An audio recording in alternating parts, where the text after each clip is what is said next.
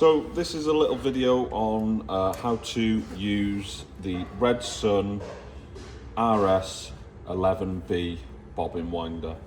We have a lot of questions about how to use these and how they can be utilized, and ultimately these are designed to be used with a belt driven motor or a direct drive motor. So on a direct drive motor and a belt driven motor, you have this kind of socket. So this machine is a 2.5 amp unit with 240 volts.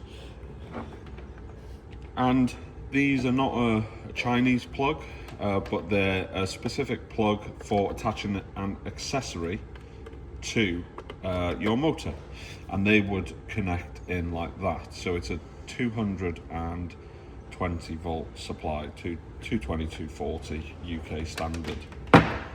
So these are designed to go in anyway, and the machine will receive power and then it will turn on.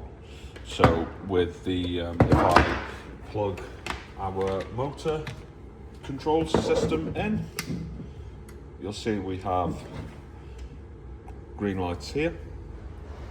If we then plug this unit in and then we turn it on, we'll then have power to this particular unit. So if you want to use this without a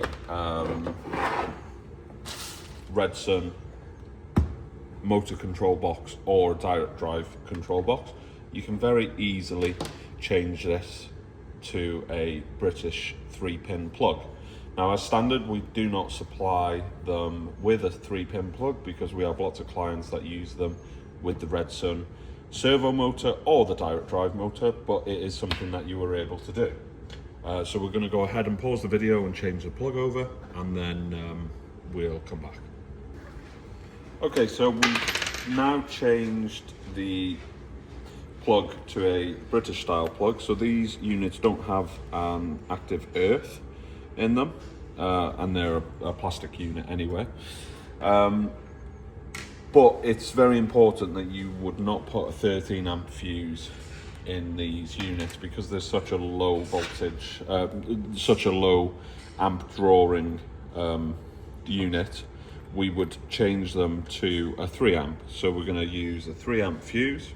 We pop that in there, brown to live, blue to neutral, and we'll place the cap back over, ensuring that the cable clamp is securely retaining the cable.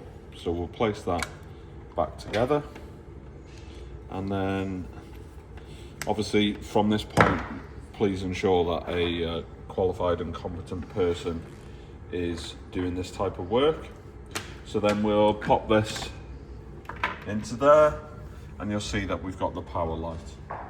Now, to operate this unit, we want to use some thread and also a suitable bobbin for a machine. So the way that this unit would function is you put the thread into your thread stand on a machine. So I'll just simulate that now. And you want to take your thread and thread it through the hole and around the disc. And then I always take the thread back through the hole, like so.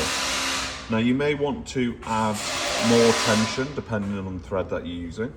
So you twist this dial and this is going to add more tension onto the spring. So twist it a fair bit, and then you'll see that now we have tension on the unit. You have a knife here which goes underneath, and that will trim the thread. Now when you get a bobbin, because this is used on quite a range of equipment, you have a sensor here which is designed to stop the thread from overspilling on the machine. So I've got a bobbin here. This is off a Juki LH4578C-7, so this is quite a large capacity bobbin.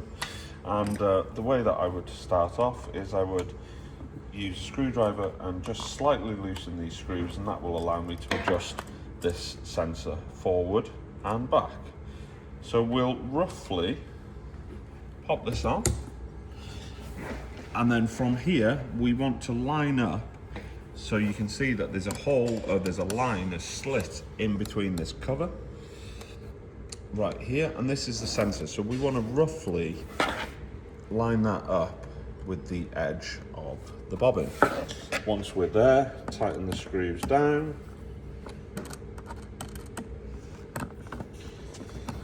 Like so.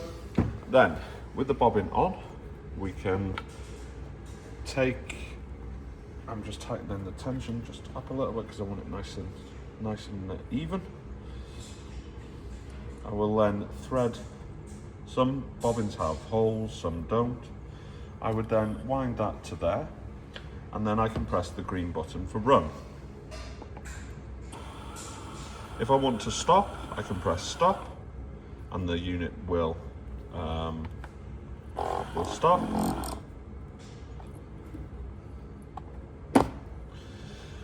And then I can continue to press run. The bobbin will wind.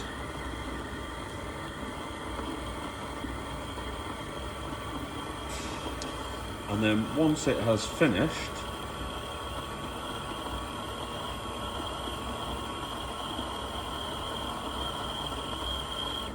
it should stop. And that is a perfectly wound bobbin. If we want to add more thread to it or less thread to it, we adjust this beam forward or back, depending on what we want to do. Then from here, we take the bobbin off. We can take the thread under the knife, and there you have it, perfectly wound bobbin. This would usually be fixed using 2 mounting screws to a workbench, so that it is fixed in place and it doesn't need to be moved. Thanks very much.